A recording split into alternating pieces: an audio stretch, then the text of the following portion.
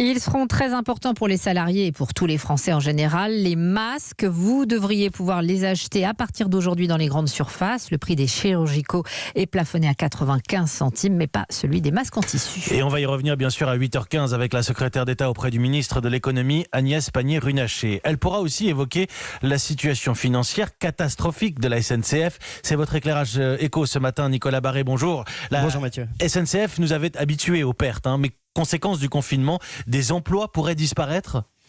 Oui, alors bien sûr, il n'est pas question de licenciement puisque 90% des 146 000 cheminots de la SNCF sont encore au statut, mais il est clair que le groupe ferroviaire est surdimensionné par rapport au trafic prévu dans les mois à venir. La SNCF espère avoir rétabli 100% de ses lignes d'ici début juin, sauf qu'elle ne pourra vendre qu'une place sur deux dans ses TGV et ses intercités. Le manque à gagner va bientôt atteindre la somme astronomique de 3 milliards d'euros.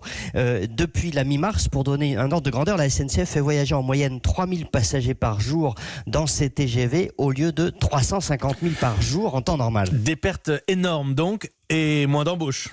Oui, comme elle ne peut pas licencier, c'est là-dessus qu'elle va jouer. Des embauches réduites au strict minimum, des investissements également limités. La direction réfléchit à des économies de coûts tous azimuts, ce qui n'empêche pas la SNCF de se tourner une fois de plus vers l'État, vers les contribuables. L'État a déjà repris à sa charge 25 milliards d'euros de dette au 1er janvier. Il en reprendra encore 10 milliards dans 2 ans.